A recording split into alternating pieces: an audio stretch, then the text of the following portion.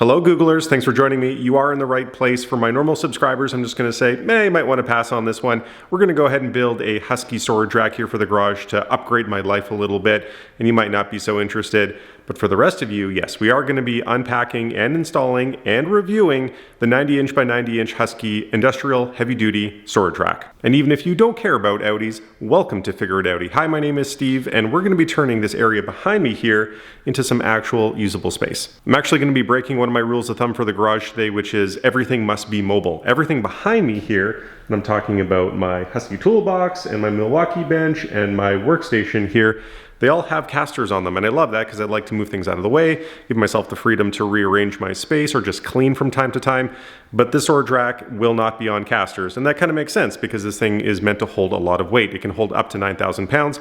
Not that I think any of us are going to be putting 9,000 pounds on this thing, but theoretically it would be kind of dangerous to have it wobbling around on casters. Now I understand you might be putting this in your garage or your basement, and maybe you don't care about how level your floors are, but I do, and I do have a slope on my garage pad here, and it is actually quite pronounced towards the edge of the foundation. So towards the end of the installation, I'm actually going to be doing an extra little step here to make sure that's secured to the wall. I want to give you a good before shot of this area because my entire intention is using the full height of my ceilings here. So I am pretty lucky. I have nearly 9 feet of height from the floor up to where the roof line is on this one half of the garage. And I have no other wall storage at this point, which is going to become a problem because as a car person, when you're working on stuff and restoration projects, in my experience, when you start taking apart a car, you end up taking about as much room as 2 cars with the shell and everything you have to take off. So my goal here is to utilize all the height and width that is still available to me. Or if you're in the Husky marketing department, and this gave me a really good laugh, you could use the shelf for cinder blocks, or in a small space like this, an entire transmission that's clearly been sized down in Photoshop. So, your call. I also want to tell you that I bought this for 450 Canadian dollars at the time of me posting the video. That was $50 off normal price of $500. I bought it on Home Depot site online, and who knows with inflation where it'll be for a couple years from now, but now you know. I'll spare you a boring unboxing, but I do want to call out that this particular 90 by 90 model in the box as you see it right now, this whole package is about 200 pounds. So you might want a buddy to go pick it up, or if you don't have the means to get it to your house or you're just not strong enough, might want to think about delivery. A good half hour of unpacking later, I'm ready to go, but this is the perfect time to stop and take some measurements and talk about the build quality for at least the gauge thickness, because it's not.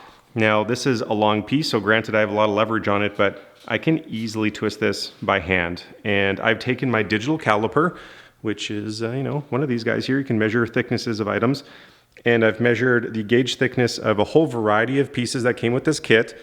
And what I've determined is that the thickest piece of metal provided on this entire thing are the little foot pads here, and they are only 16 gauge. Everything else is 18 gauge. And although this product definitely doesn't claim to be powder coated, it certainly isn't. It's obviously just paint, and unfortunately it is chipped in a few places already, which I don't personally care about, but even at this level of price point, I'm still a little disappointed about. New day, same sweatshirt, because I got caught up last night falling into the trap that I really should have known better about. I run into this every time I do a big organization project. It's not just about building the new thing, it's about reorganizing your entire space. First up, let's talk about welds and look at these big ones here of the crossbars that meet up to their brackets that fall into the slots on the uprights. These welds are not amazing. Now, granted, I can't weld, so maybe I should reserve some judgment, but I can't tell if these are human welds or machine welds, but either way, they're not consistent. Certainly no dimes were stacked in the creation of this product. Likewise, on the spindly pieces that go across front to back, or even the diagonal bar for stability, they more look like spot welds to me than an actual finish weld. I don't think they actually have to hold a whole lot of support, so maybe it'll be okay, but it's not even length to length. There were a few reviews on the Home Depot website about the alignment of these holes where these plastic plugs now reside, that the holes in the bracket didn't line up with the receiving holes in the uprights on the other side. And in my experience, they were actually just perfect. You do have to make sure that you follow the mallet step. You have to take a rubber mallet and hammer down where the connections are so that you can fully seat these brackets into the slots.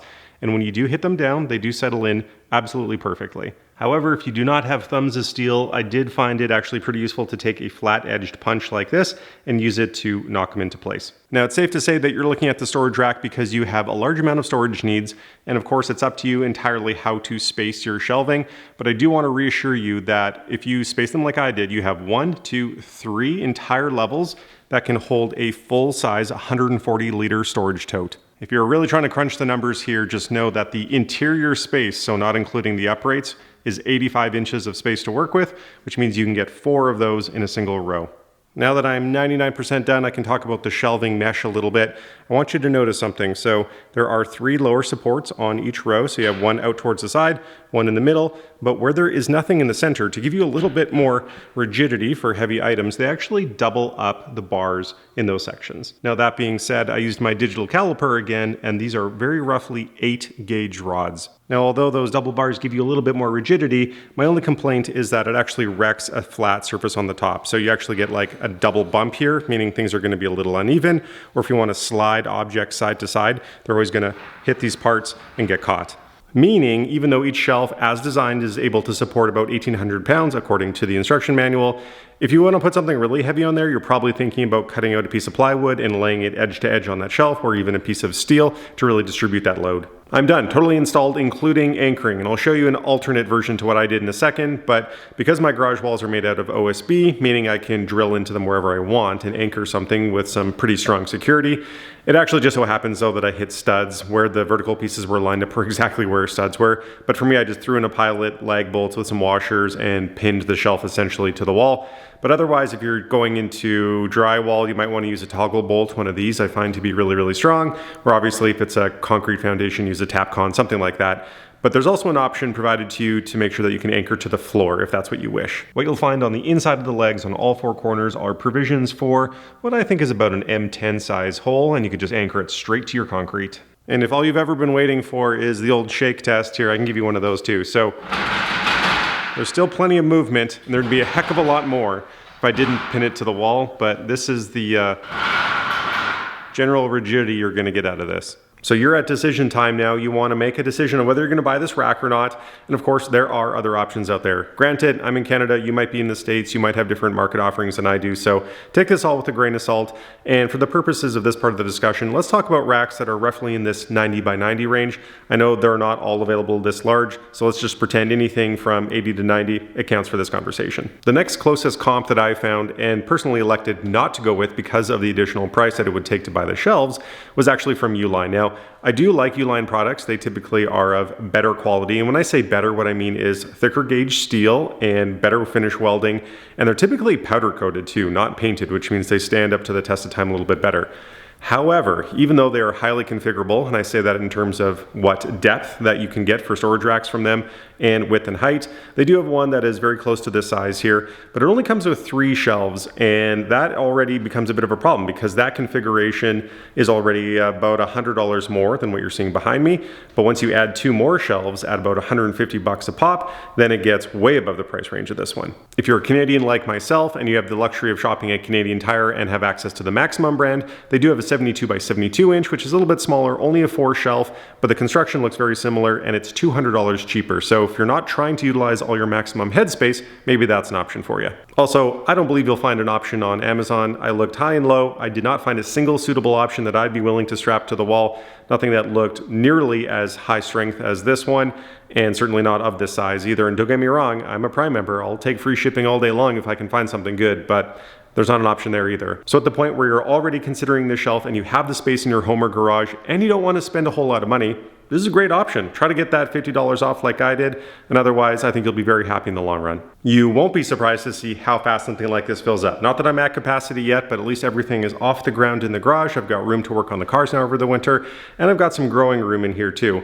So I truly do hope that this helped your purchasing decision that you're on right now. And if you want to see a little bit more of this type of stuff in the future, just like the video, subscribe to the channel, let me know in the comments what you thought about this review, and hopefully I'll see you again soon. Thanks for watching.